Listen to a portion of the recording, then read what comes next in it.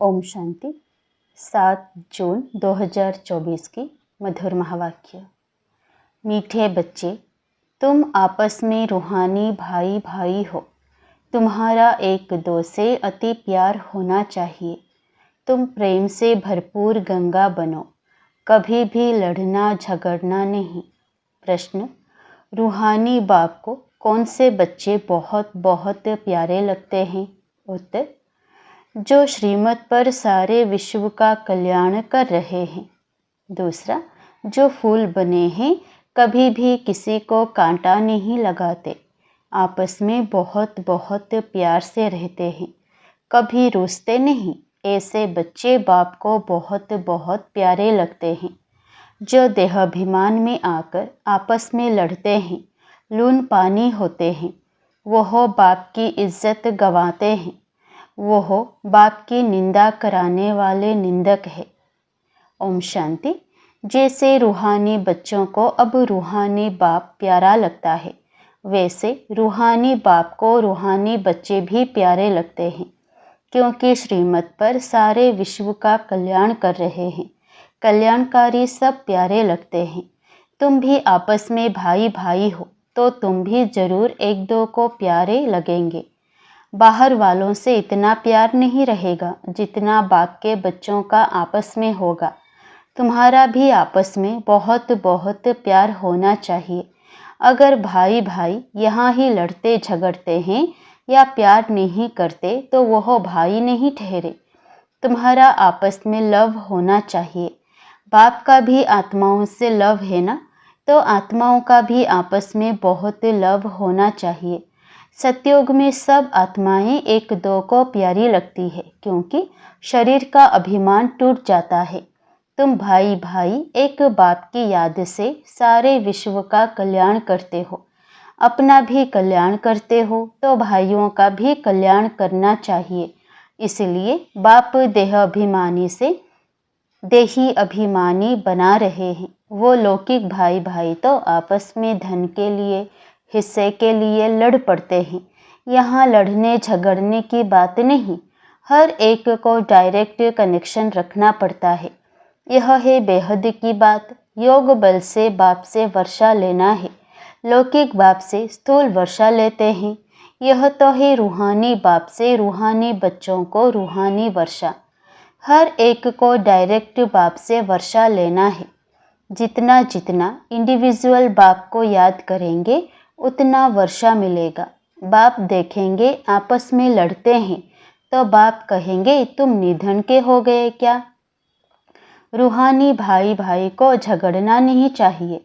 अगर भाई भाई होकर आपस में लड़ते झगड़ते हैं, प्यार नहीं, तो जैसे रावण के बन जाते हैं, वह सब आसुरी संतान ठहरे। फिर देवी संतान और आसुरी संतान में जैसे कि फर्क नहीं रहता, क्योंकि देहाभिमानी बनकर ही लड़ते हैं। आत्मा आत्मा से लड़ती नहीं है। इसलिए बाप कहते हैं, मीठे मीठे बच्चे, आपस में लून पानी नहीं होना। होते हैं तब समझाया जाता है।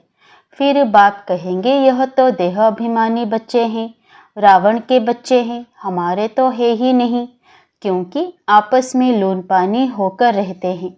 तुम 21 जन्म क्षीरखंड होकर रहते हो। इस समय देही अभिमानी बन रहना है। अगर आपस में नहीं बनती है तो उस समय के लिए रावण संप्रदाय समझना चाहिए। आपस में लून पानी होने से बाप की इज्जत गवाएंगे। भल ईश्वरीय संतान कहते हैं, परंतु आसुरी गुण है, तो जैसे देहाभिमानी है। देही अभिमानी में ईश्वरीय गुण होते हैं। यहाँ तुम ईश्वरीय गुण धारण करेंगे, तब ही बाप साथ में ले जाएंगे। फिर वही संस्कार साथ में ले जाएंगे। बाप को मालूम पड़ता है कि बच्चे देहाभिमान में आकर लून पानी हो रहे हैं, वह ईश्वरीय बच्चे कहला ना सके। कितना अपने को घाटा डालते हैं, माया के वश हो जाते हैं। आपस में लून पानी, नमक पानी मतभेद जैसा हो जाते हैं। यूं तो सारी दुनिया ही लून पानी है, लेकिन अगर ईश्वरीय संतान भी लून पानी हो तो बाकी क्या फर्क क्या रहा? वह तो बाप की निंदा कराते हैं। बाप की निंदा कराने वाले लून पानी होने वाले ठोर पा ना सके, उनको नास्तिक भी कह सकते हैं। आस्तिक होने वाले बच्चे कभी लड़ नहीं सकते। तुम्हें आपस में लड़ना नहीं है, प्रेम से रहना यहाँ ही सीखना है। जो फिर 21 जन्म आपस में प्रेम रहेगा। बाप के बच्चे कहलाकर फिर भाई भाई नहीं बनते तो वह आसुरी संतान ठहरे। बाप बच्चों को समझाने के लिए मुरली चलाते हैं, लेकिन देहाभिमान के कारण उनको यह भी मालूम नहीं पड़ता कि बाबा हमारे लिए कह रहे हैं। माया बड़ी तीखी है, जैसे चूहा काटता है, जो मालूम ही नहीं पड़ता है। माया भी बड़ी मीठी मीठी फूंक दे और काट लेती है, पता भी नहीं पड़ता है। आपस में रोसना आदि आसुरी संप्रदाय का काम है। बहुत सेंटर्स में लून पानी होकर रहते हैं। अभी कोई परफेक्ट तो बने नहीं है। माया वार करती रहती है। माया ऐसा माथा मोड़ लेती है जो पता नहीं पड़ता है। अपने दिल से पूछना है कि हमारा आपस में प्रेम है व नहीं। प्रेम के सागर के बच्चे हो तो प्रेम से भरपूर गंगा बनना चाहिए। लड़ना झगड़ना उल्टा सुल्टा बोलना, इससे ना बोलना अच्छा है। Hear no evil. अगर किसी में क्रोध का अंश है तो वह लव नहीं रहता है। इसलिए बाबा कहते हैं रोज अपना पोतामेल निकालो। आसुरी चलन सुधरती नहीं तो फिर नतीजा क्या निकलता है? क्या पद पाएंगे? बाप समझाते हैं कोई सर्विस नहीं करेंगे तो फिर क्या हालत हो जाएगी? पद कम हो जाएगा। साक्षात्कार तो सबको होना ही है। तुमको भी अपनी पढ़ाई का साक्षात्कार होता है। साक्षात्कार होने के बाद ही फिर तुम ट्रांसफ़र होते हो। ट्रांसफ़र होकर तुम नई दुनिया में जाएंगे। पिछाड़ी में सब साक्षात्कार होगा। कौन कौन किस मार्क्स से पास हुआ है। फिर रोएंगे पीटेंगे, सजाएं भी खाएंगे, पछताएंगे। बाबा का कहना नहीं माना। बाबा ने तो बार बार समझाया है कोई आसुरी गुण नहीं होना चाहिए। जिनमें देवी गुण है उनको ऐसा आप समान बनाना चाहिए। बाप को याद करना तो बहुत सहज है। अल्फ और बे। अल्फ माना बाप, बे माना बादशाही। तो बच्चों को नशा रहना चाहिए। अगर आपस में लून पानी होंगे तो फिर ईश्वरीय औलाद कैसे समझेंगे? बाबा समझेंगे यह आसुरी औलाद है। माया ने इसे नाक से पकड़ लिया है। उनको पता भी नहीं पड़ता है। सारी अवस्था डावाडोल, पद कम हो पड़ता है। तुम बच्चों को उन्हें प्रेम से सिखाने की कोशिश करनी है। प्रेम की दृष्टि रहनी चाहिए। बाप प्रेम का सागर है तो बच्चों को भी खींचते हैं ना, तो तुमको भी प्रेम का सागर बनना है। बाप बच्चों को बहुत प्यार से समझाते हैं, अच्छी मत देते हैं। ईश्वरीय मत मिलने से तुम फूल बन जाते हो। सब गुण तुमको देते हैं। देवताओं में प्यार है ना, तो वो अवस्था तुम्हें यहाँ जमानी है। इस समय तुमको नॉलेज है, फिर देवता बन गए तो नॉलेज नहीं रहेगी। वहाँ देवी प्यार ही रहता है। तो बच्चों को अब देवी गुण भी धारण करने हैं। अभी तुम पूज्य बनने लिए पुरुषार्थ कर रहे हो। अभी संगम पर हो। बाप भी भारत में आते हैं, शिव जयंती मनाते हैं, परंतु वह कौन है, कैसे, कब आते, क्या करते हैं, यह नहीं जानते। तुम बच्चे भी अभी नंबरवार पुरुषार्थ अनुसार जानते हो। जो नहीं जानते वह किसको समझा भी नहीं सकते। फिर पद कम हो जाता है। स्कूल में पढ़ने वालों में कोई की चलन खराब होती है तो कोई की सदैव अच्छी चलन रहती है। कोई प्रेजेंट रहे, कोई एब्सेंट। यहाँ प्रेजेंट वो हैं जो सदैव बाप को याद करते हैं, स्वदर्शन चक्र फिराते रहते हैं। बाप कहते हैं उठते बैठते तुम अपने को स्वदर्शन चक्रधारी समझो। भूलते हो तो एब्सेंट हो जाते हो। जब सदैव प्रेजेंट होंगे तब ही ऊंच पद पाएंगे। भूल जाएंगे तो कम पद पाएंगे। बाप जानते हैं अभी टाइम पड़ा है। उच्च पद पाने वालों की बुद्धि में यह चक्र फिरता होगा। कहा जाता है शिव बाबा की याद हो, मुख में ज्ञान अमृत हो, तब प्राण तन से निकले। अगर कोई चीज़ से प्रीत होगी तो अंत काल में वह याद आती रहेगी। खाने का लोभ होगा तो मरने के समय वह चीज़ ही याद आती रहेगी, यह खाऊं, फिर पद भ्रष्ट हो पड़ेगा।